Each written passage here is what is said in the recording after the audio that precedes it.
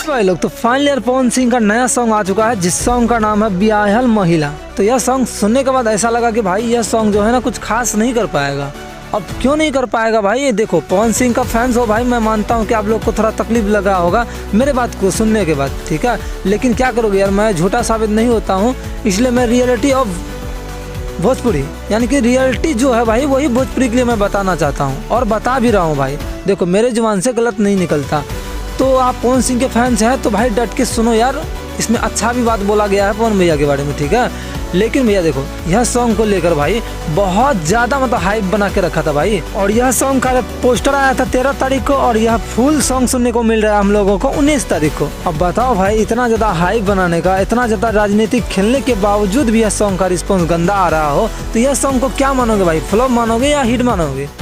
ठीक है भाई, जो बताना था मैं बता रहा हूँ भाई। आप लोग को दिमाग है भाई, आप लोगों के पास, ठीक है। आप अपना दिमाग लगा के कमेंट सेक्शन में ज़रूर बताइएगा यह गाना फ्लॉप होने का कारण क्या है।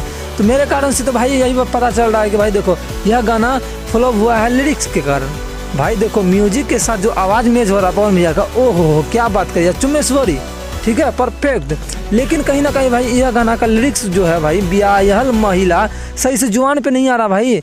और अब बंदे लोग मतलब रील कैसे बनाएंगे यह सॉन्ग पे, बताओ भाई। जब तक रील नहीं बनेगा तब तक वायरल नहीं होगा भाई यह सॉन्ग, ठीक है। मिलते हैं कोई अगले वीडियो में, तब तक के लिए लव यू गाइस।